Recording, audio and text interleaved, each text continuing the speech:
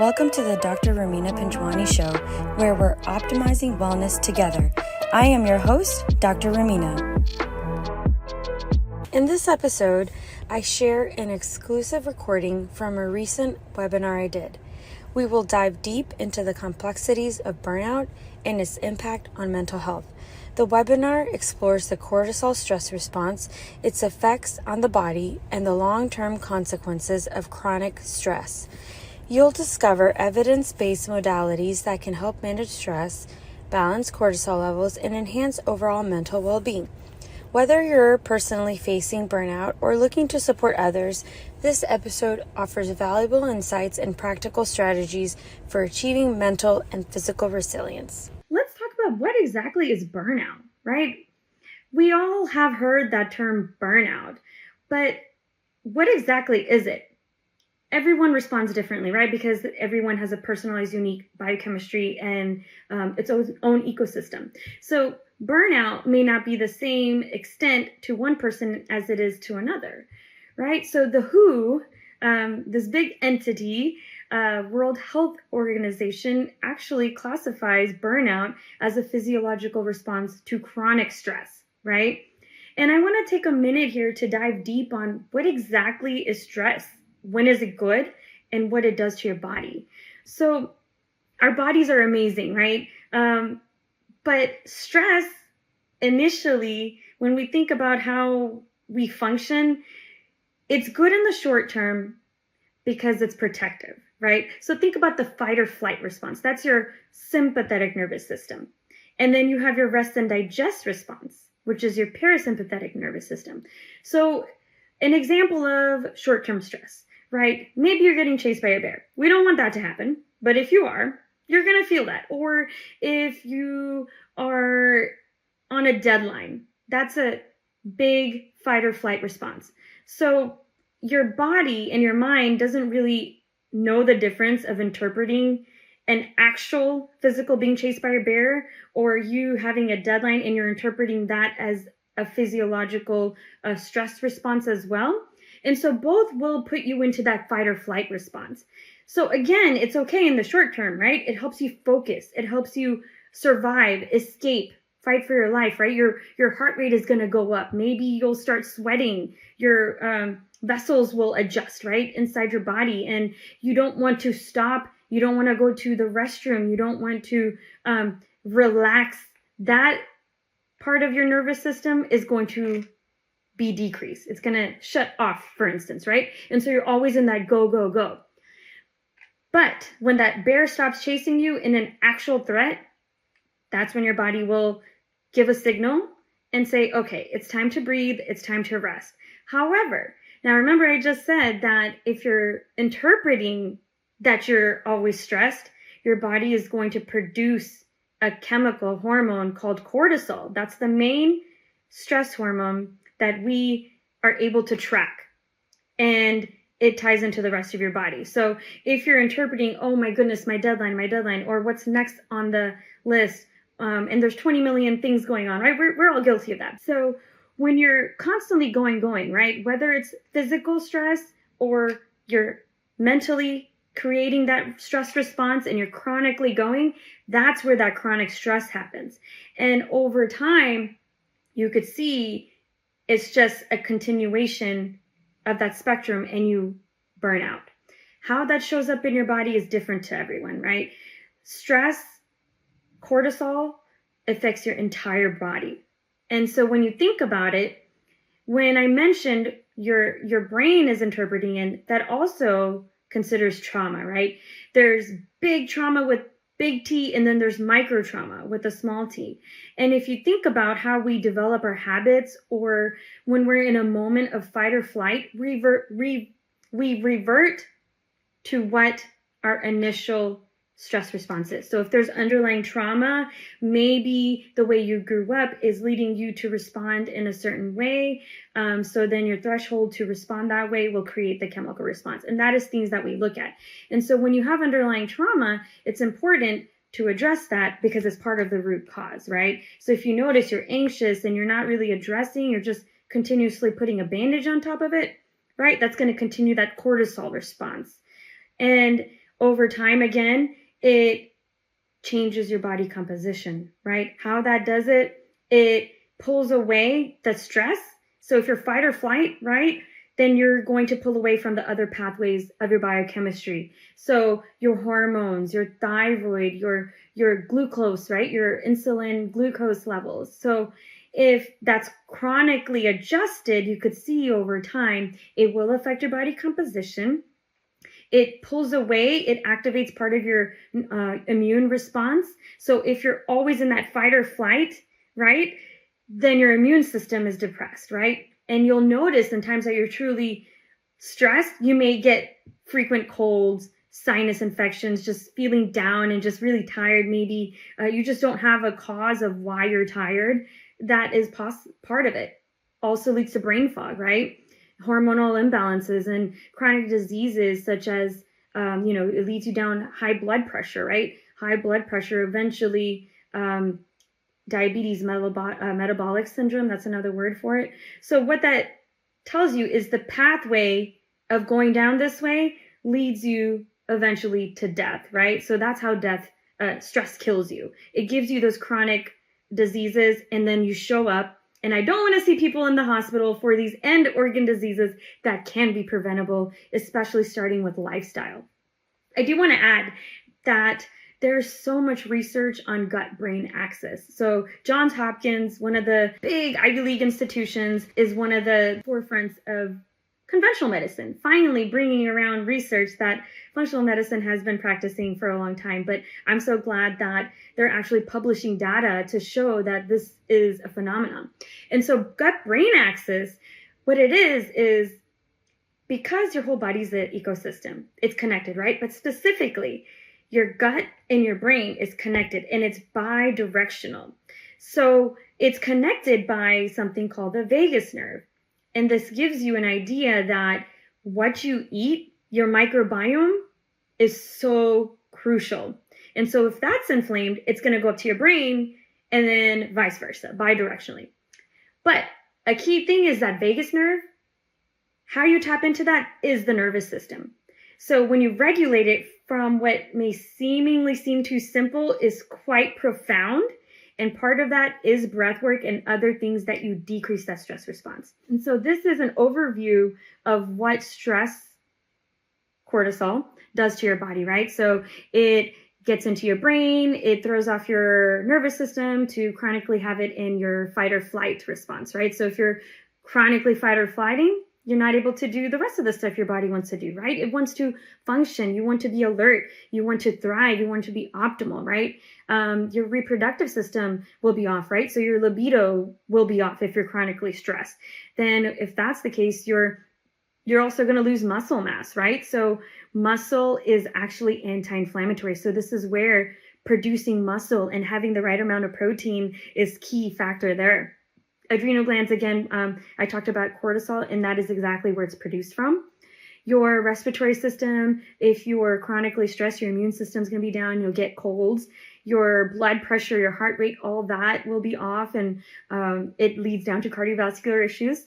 And then, of course, digestion. So again, you'll get symptoms such as bloating and maybe things that you were able to eat before you're unable to because your microbiome is off, and it again connects to gut-brain axis. So of course, the importance of addressing mental health. So we know what burnout and that chronic stress does to our body, right? So not only is it prevention, just like you want to prevent any chronic diseases, if you go get screenings yearly from your primary care for, breast cancer or colon cancer or even diabetes or blood pressure checks, right?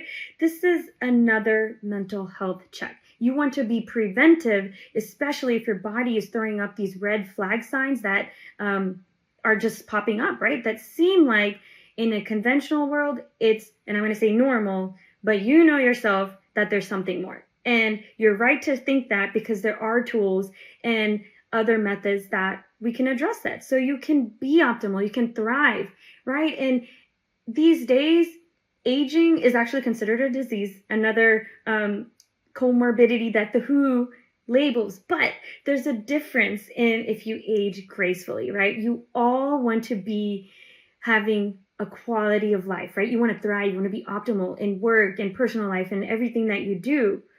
And it starts with you, it starts with your health. And that prevents you, because when I see people in the hospital, a lot of times it's been so long, they've dealt with chronic issues and they come to me and it's bandage approach. And it's in and out of the hospital, you become decrepit, and the quality of life goes down. But it doesn't have to be that way. And it's in your hands. So I want y'all to take that definitely with you. It doesn't have to be a decrepit lifestyle. It's going to be an optimal, thriving lifestyle. So, of course, with the conventional approaches, we know in the acute setting, absolutely, there are people that need the antidepressants, the other medications that need it in that urgent situation. So that's amazing that our health system does that. However, again, it goes through, there's so much that you could do to enhance that. And sometimes you may have a psychiatrist that will prescribe the medicine, or there'll be a psychologist or therapist, two different things, that will do talk therapy or cognitive behavioral therapy, that may give you some tools. These are traditional tools that helps you at times self-regulate or have insight that what the issue is. Not always will this approach work for everyone, right? Because everyone, again, is unique and there's different modalities to address mental health. And a lot of times, again, we're masking the symptoms. We don't want to feel what is causing that mental imbalance, that depression, that anxiety, what it is. You want to suppress it through this approach. And that's not going to solve or get you to root cause, right? So again, there's a percentage of non-responders. Even if you do the traditional antidepressants, the percentage is quite small. There are small amounts of population that it becomes like a placebo effect. So if you have tried the conventional approaches and you notice that maybe you started some antidepressants, it's not working, you have to switch, try a different class, still not working, maybe you get the side effects, right? The side effects may worsen your depression. Maybe you feel like a zombie, or it does affect your glucose, your blood sugar level. So then you notice you're gaining weight. You lack motivation, all those things. So you may be part of the non-responders, right? Or you're just not getting to root cause. What is going on? Is there a vitamin deficiency, right? So you look at the functional approach. So doing that, is it a vitamin deficiency? I would say about 80-90% of Americans were all deficient in vitamin D. It's not simple as just going outside and getting sun, right? It's deeper than that. You want to make sure you're on the right type of vitamin D. By the way, if you are taking vitamin D, make sure it's the vitamin D3 plus the K2, because it needs to absorb that.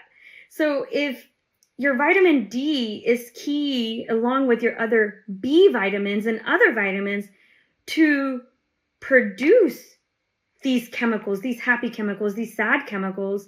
And if your microbiome, your gut and your gut-brain axis is connected, and if that's off and it's not being addressed, well, you're missing such a high, profound impact to make a difference in someone's life.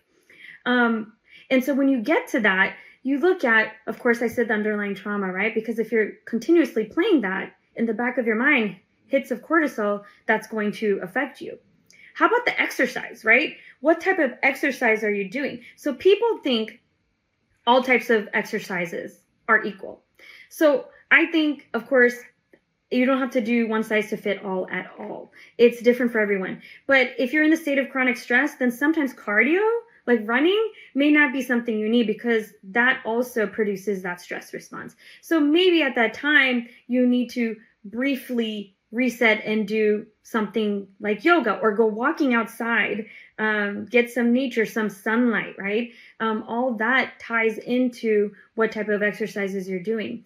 There's also data that shows high intensity interval training, if appropriate, would be so beneficial. It boosts something called BDNF in our brain, and it is released as a protein that helps you learn. It helps you grow. It produces also happy chemicals. And the way you do that is also through exercise, but specifically HIIT. You also do release BDNF by doing things that de-stress you, and the type of foods you eat, like berries, nuts, all those will sharpen your brain per se and help balance things out. And so that goes in with not just simple exercise. It's such a profound impact done right. And, people say, well, Dr. Remina, I don't have time to exercise. Well, start with just a few minutes. And studies actually show you don't need to do an hour a day to get the benefit you need, especially if you take advantage of the high intensity interval training, or if you can't do the intense part, just do the lower intensity, but that type of activity that increases your strength, because you want to build that muscle. As I said, muscle is anti-inflammatory. It helps protect your bones. It releases happy chemicals too, surprisingly, right? So there's so much you could do to hack your system the right way. And so even if you start with like 5 minutes a day walking outside, good. And then do the next step, go a little bit further. And if you only have like 15 minutes to do high intensity, that's all you need, right? And then build up. It's always starts with a small step, and then it becomes a habit, and it becomes a lifestyle, and then you start tweaking, right? And then again, diet. So I love to talk about this example because diet is another one of those triggers, I would say, right? Food is not the way it used to be. We were so highly processed here, right? And if you notice, if you travel outside of the country, their food and lifestyle is so much more different. And maybe you can tolerate their bread or their pasta or their milk even more than we can if we're here in the States, right? And that goes into what processes that we have in America to mass produce, right? And so if you think about it, there was a study done where they looked at two types of breakfast. One was, ready-made oatmeal. You think it's healthy because you think it's whole grain. And then you had a high-protein meal with eggs. And guess which one was healthier? It actually was the protein one. The one that had that oatmeal created the same stress response that leads to burnout. And so that tells you that what we put into our bodies, in fact, drive that stress response again, right? Because it's not just how you interpret it, physical, it's what you put into your body, your environmental factors, your lifestyle, all that.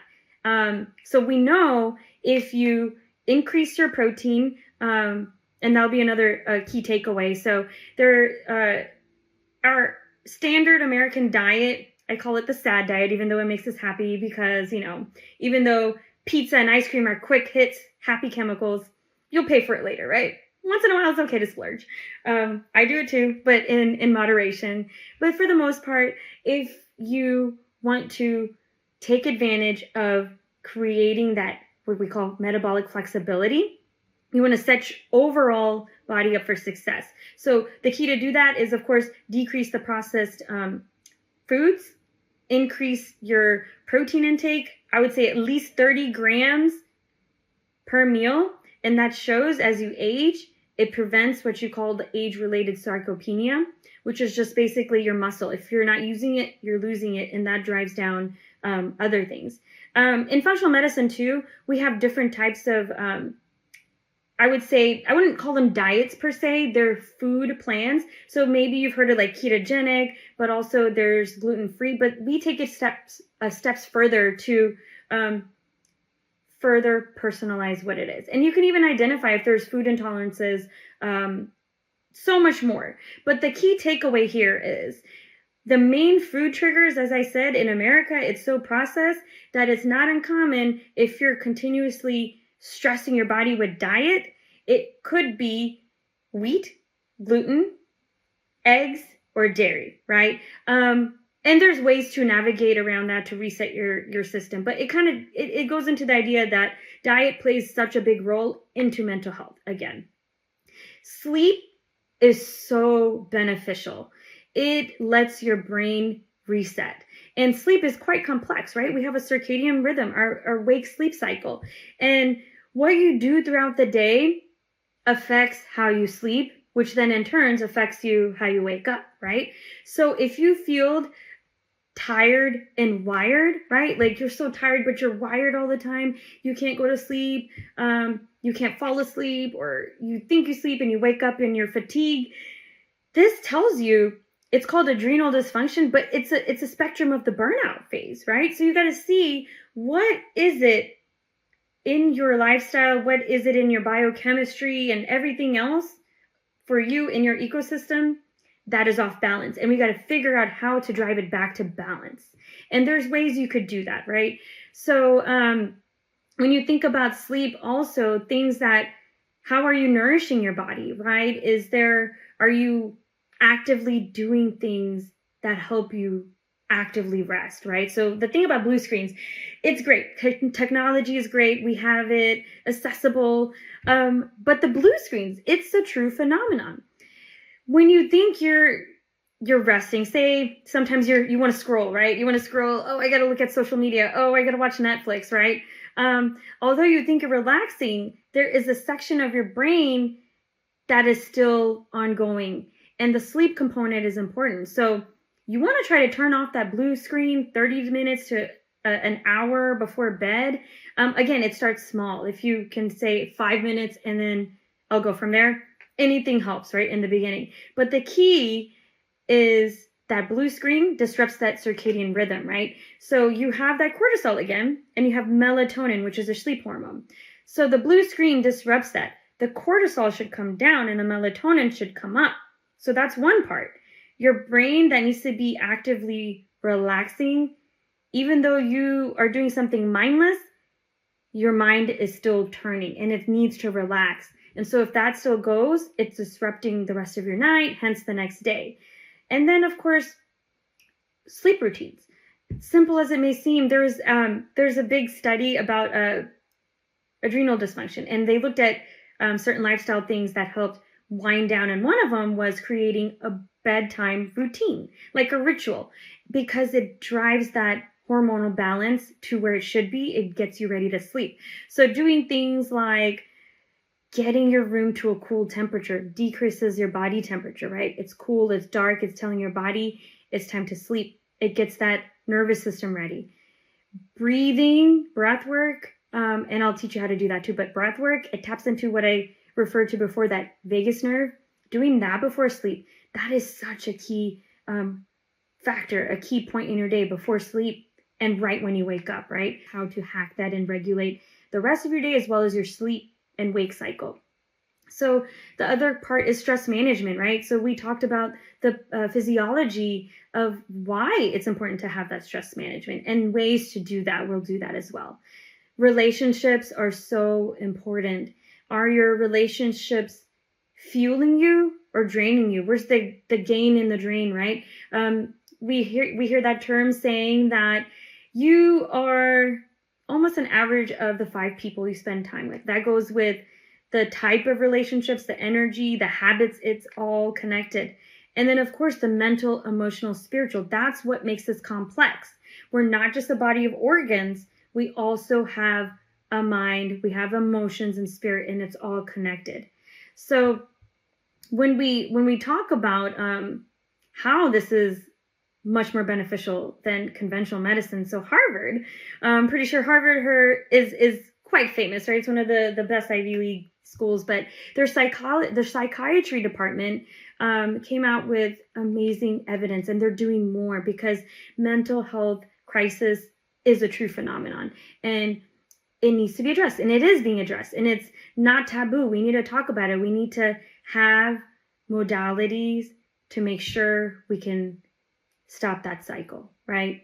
And so what they found was, this is quite amazing, 90% success with holistic versus conventional alone. And so if you remember, I mentioned conventional approach was basically some sort of antidepressant class and then maybe therapy, right?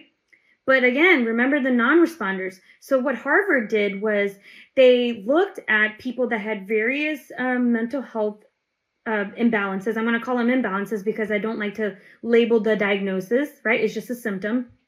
But for conventional sake, we could call it like bipolar. We could call it anxiety, depression, etc. So what they found was initially ketogenic diet. Ketogenic diet, for those that aren't familiar with it, it's typically it's going to be mostly higher in protein and fats and lower in processed carbs. And what they found was initially the ketogenic diet was prescribed for people with epilepsy, seizure disorders. And what they found was it actually benefited the brain and other mental health issues. They found, and they did it both ways. They did it with people continuing the conventional approach. So they were still on antidepressants and they were still doing therapy, conventional therapy. And then they added these lifestyle approaches. And a lot of them, if they were able to, they came off the meds, or if they weren't on meds, they tried so many things, their symptoms almost resolved. It is quite amazing. And so part of that was, of course, the diet, right? Are you eating things that are inflaming the gut and the brain again, right? The gut-brain axis. Are you sleeping, right? If you're not sleeping, it's equivalent to almost drunk driving and you get depressed, right? But is it truly depression, or is it all these other lifestyle factors, right? I mean, think about it. For those that had at some point or have a newborn, right? You're sleep deprived. You're so emotional. Things don't make sense. That's a prime example of what sleep deprivation does, right? So if you correct where you can, it is so much more successful. And then, of course, you look at the stress management techniques, you look at relationships, and you have some sort of meditative, emotional, maybe a spiritual, religious practice, whatever the case is, you're having a sense of purpose. And so with that, it gives you so many tools to have success. And it's now getting proven by big Ivy League institutions, and it's amazing. It makes me excited. So I wanted to talk a little bit more about the modalities, right?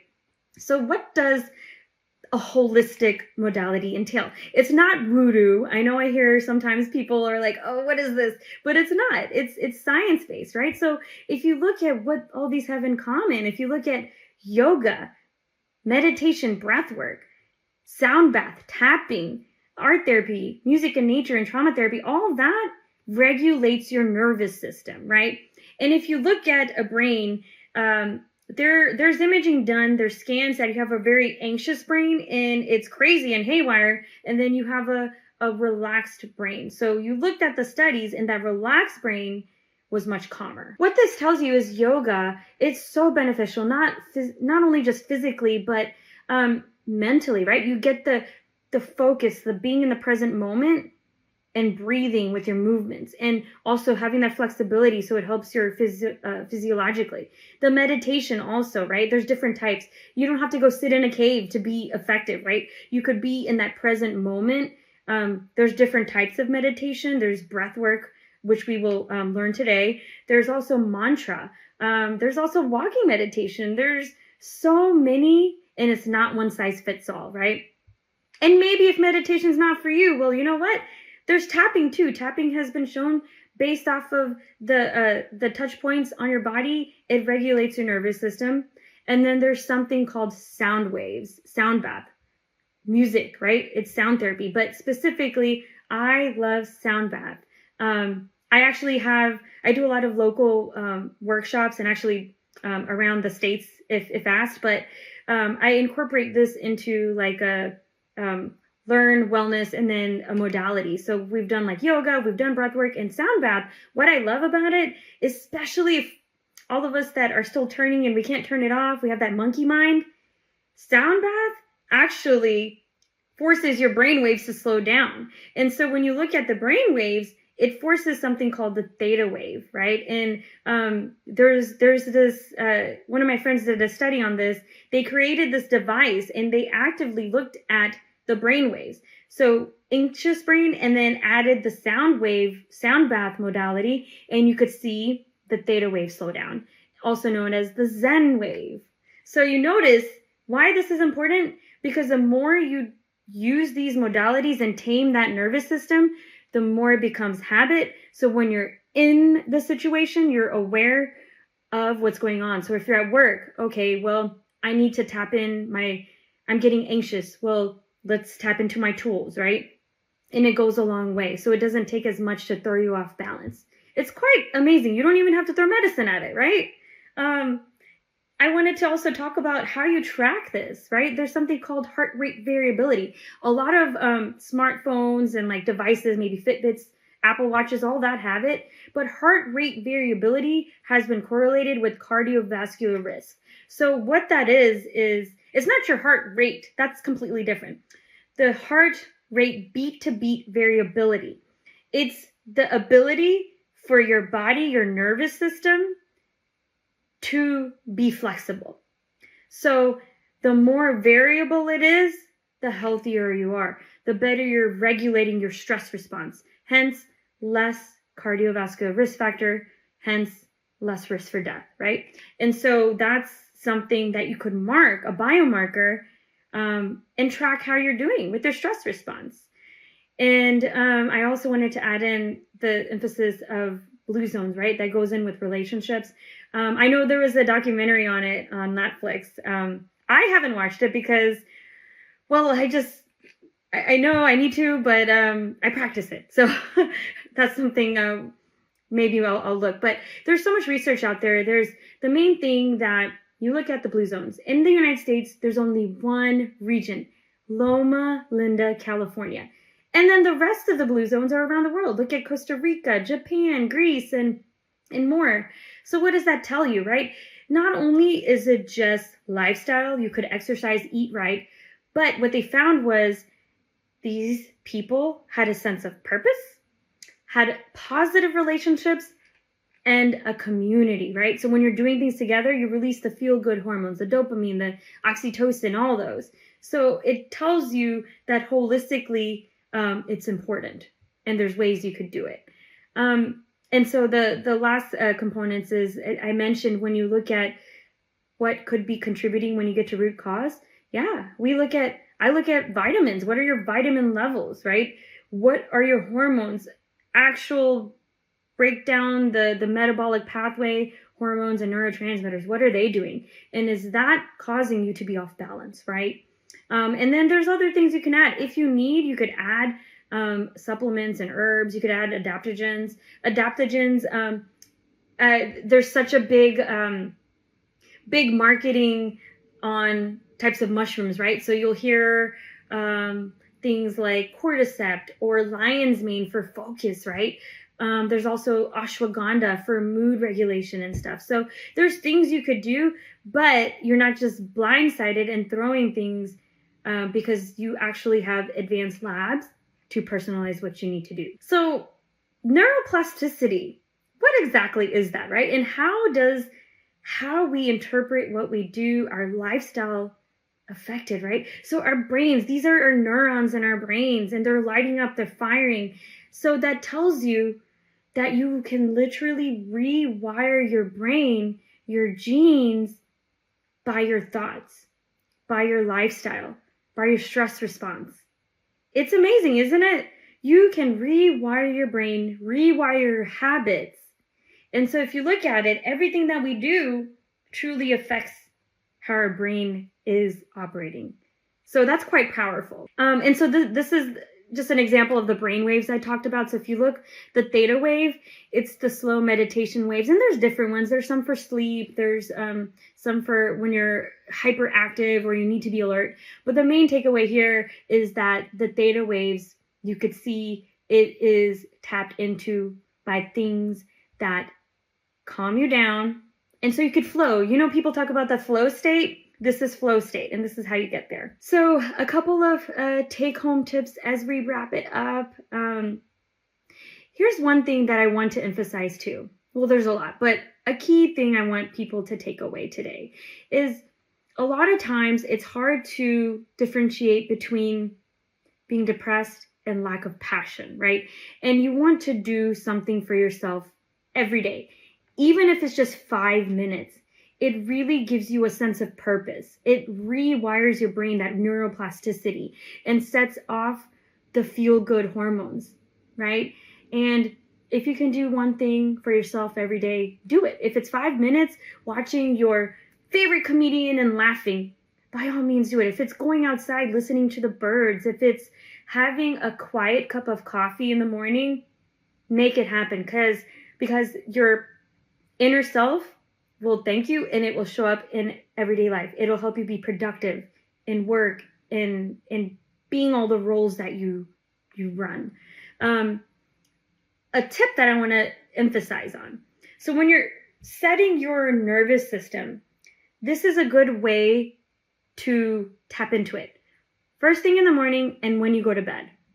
So as I said, your circadian rhythm, your hormones, your cortisol, your sleep-wake, melatonin, they fluctuate, right? Based off of when you should be awake and when you should be alert.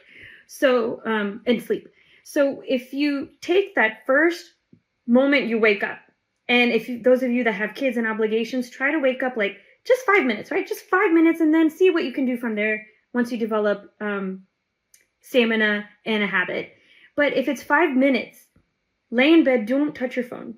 Don't touch your phone at all, because you have that blue screen, right? And then it's setting off that cortisol response all day. So if you set the tone on right, that vagus nerve, that nervous system, starting with what you're looking at, is already there. So whether it's not even moving in bed, taking deep breaths, gratitude journal, whatever makes you happy, 5 minutes. And then if you can try to get the first sunlight, that's good too. So if you want to go outside and have your first cup of coffee in sunlight, listen to the birds, that's amazing. What that does is the light hits your retina, your eyes, and then it sets off the balance of your circadian rhythm. It's quite impactful with the sleep-wake cycle too.